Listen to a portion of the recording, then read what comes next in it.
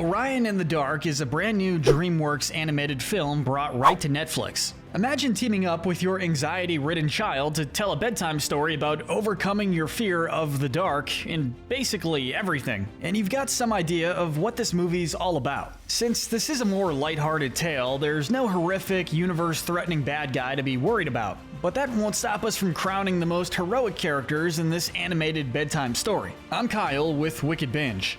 Get comfy with the absence of light. This is Orion in the Dark characters good to evil. While none of the characters are quite evil per se, we do have a few classic childhood bullies, so let's kick things off with the bad to evil. Our pick for the most, quote, evil character is actually one who is never shown on screen. Rebecca Warren. We mention her as one of at least 5 kids who a terrified Orion claims have bullied him in the past. The reason we have to call her the worst is that she's so dedicated to tormenting this poor kid that she still sends him threatening postcards in the mail. While Orion thinks it's almost touching, the only thing we can say it's touching is the fine line between bullying and a felony charge. Hopefully Rebecca gets that therapy she very clearly needs. Rounding out this admittedly short section is Orion's most consistent bully, Richie Panicki. Richie picks on Orion ruthlessly, constantly berating him at every chance he gets and even threatening to steal his fear journal. That one kid from Shark Boy and Lava Girl would really get along well with him, actually. Hey, I'm famous! But jokes aside, while Richie is definitely a jerk, and further still, doesn't show any particularly nice qualities in the movie, he's at least decent enough to ultimately return Orion's book to him. He might be a jerk, but he's at least not quite into the full-on violent bullying territory. Still in the bad category, mind you, but like Rebecca, he's probably just in need of some counseling. Now, we don't really have a gray area for this movie, so instead of that, we're gonna separate the good guys into 2 categories, starting with the good people category. These are characters who show off a nicer side of humanity, and we're kicking this category off with Orion's teacher, Mrs. Spinoza. Like most of Orion's schoolmates, we see very little of her throughout the movie. As such, she plays a pretty minor role, but if nothing else, it's obvious that she cares about her students. Despite Orion desperately trying to avoid handing in his permission slip, Mrs. Spinoza does make sure to check whether or not he has it. And while she clearly wants him to come out of his shell, she doesn't force him to. Next is the titular, or one of the titular protagonists, Orion. It's quite ironic that Orion is named after one of the most famous constellations in the sky, considering that he's absolutely mortified of the dark. Dark shouldn't take this too personally though. Orion is afraid of practically everything in existence, from practical fears like his bullies to more outlandish ones like murderous clowns. And while those fears are totally valid, we have to say that Dark was definitely right to get this kid out of his comfort zone. After his adventure with Dark and the other night entities, Orion overcame his fear of the dark, or at least learned to manage them, learning the valuable lesson that fear is natural as long as it doesn't stop you from living your life. Do you know how many kids are afraid of me? Write that one down, kids. He even grew up to regale his daughter, Hypatia, with bedtime stories about his adventure, and how it helped him grow out of his shell. One of those bedtime stories happens to be the main story of the movie itself. The one thing that we have to take points away from Orion for is the fact that he inadvertently convinced the rest of the night entities to abandon dark and join light to make the world feel safer. This was insensitive towards his new best friend and resulted in him literally letting light wipe him out of existence temporarily. Which, I mean, geez, isn't this a kid's movie? That subsequently leads to the world being plunged into endless light, heat, and chaos with no time of rest whatsoever. He's a great parent and ultimately redeemed himself by saving Dark, but Orion is not without his faults. And just because we don't know where else to say this, did anyone else feel like he sounded weirdly like Malcolm from Malcolm in the Middle, or was that just me? In any case, we're moving on to Orion's better half next, Sally. Sally, like Orion, is very shy and keeps to herself at school. She and Orion both like each other, but neither is brave enough to make the first move. That is, until Sally asks him to sit with her at the planetarium field trip. If I weren't so scared, I'd tell you of course I do, Sally.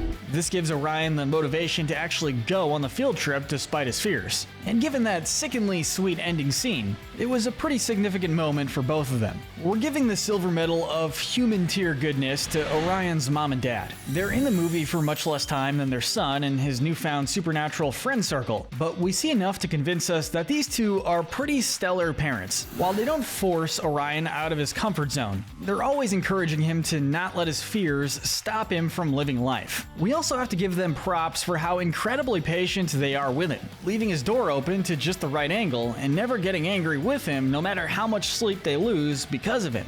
It's to be expected for parents from a movie based on a cozy kids book, but expected or not, it's pretty remarkable. And for the best of the human characters, we have Orion's daughter, Hypatia. It's easy to see that the apple didn't fall far from the tree here. Hypatia's fears are nowhere near as paralyzing as her dad's were in his childhood, but they're definitely still there, which is what encourages Orion to recount stories of his adventure with the darkness to ease her worried mind. Aside from being as innocent as you'd expect any kid to be, Hypatia is also thoughtful enough to insert herself into the story to help Orion bring dark back and save the day. The only stories that really help are the true ones. Well, again, we're not going to think too hard about that for the sake of our own sanity. It shows that Hypatia is a very sweet kid who's always willing to help out when the need arises. But we've got one more category to split this cast into.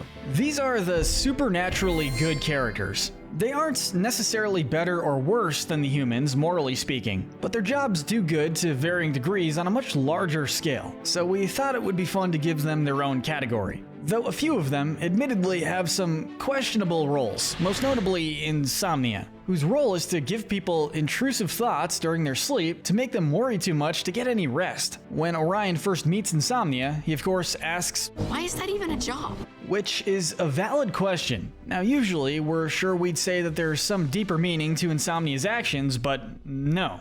Not really. It's never explained why this is a job, and while Insomnia is doing his part to make the nighttime, there's definitely a lingering question as to whether or not he really needs to be doing his job. Jumping the worst case scenarios is my actual job. Oh, also, you know how often when you're trying to sleep, you'll remember that embarrassing thing you did in middle school, and it keeps you from getting any rest? Yeah, that's because of this guy. So before anyone gets too mad at him, let's move on to the next entry. Unexplained noises, or Debbie, as she later calls herself for some reason. Like Insomnia, UN is willing to do her part to help keep the night safe and secure, as it should be, but, well, also like Insomnia, her role is somewhat questionable. As her name would have you guessed, she's the one responsible for all those strange, unexplained noises you hear late at night. So, on a personal note, let me ask you, Debbie, are you the one that's been making all those gunshot noises in the background when I'm trying to sleep? Oh, that was just a trash can falling over? Okay, but still, stop doing that.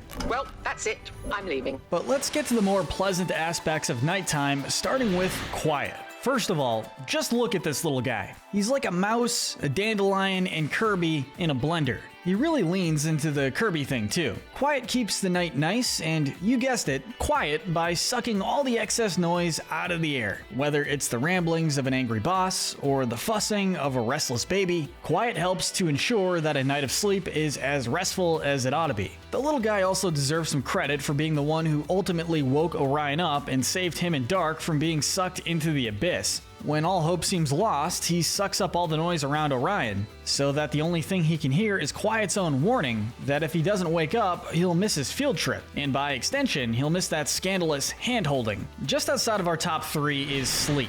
Everybody's favorite part of nighttime. Sure, her methods of giving people sleep are non-traditional to say the least. Rather than sprinkling magic sand or anything, Sleep prefers to use a variety of completely safe and ethical tactics to put her clients to sleep. From smothering them with pillows, to using the patented sleep hammer, to using magical chloroform. Or maybe it's just regular chloroform. I don't know, it's whatever they sell at Night Entity Home Depot. Oh, don't worry, she's a professional. Her methods are unusual, but Sleep makes sure the world gets the rest it needs, complete with a clean goodnight kiss on top of it. And honestly, if our job was to put people to sleep 24/7, we'd want some methods that make it more fun too. Like blacking out from a night at the pub. Don't write that one down, kids. The bronze medal of good has to go to Sweet Dreams. Apart from having an unreasonably sick character design, Sweet Sweet Dreams is most notable for her job of artistically crafting dreams for the sleeping people of the world. She looks deep into their subconscious to craft dreams, to encourage them in their day-to-day lives. As we see through Orion's interference, this is a very delicate process, so we'd argue her job is probably the hardest of the bunch. A single slip of the tongue or even the mind can turn a pleasant dream into a nightmare, so she's got to be careful. Of course, none of this explains the dream I had last week where I had lunch with SpongeBob, Nicki Minaj, and Ben Franklin, but some things just don't need explaining anyway.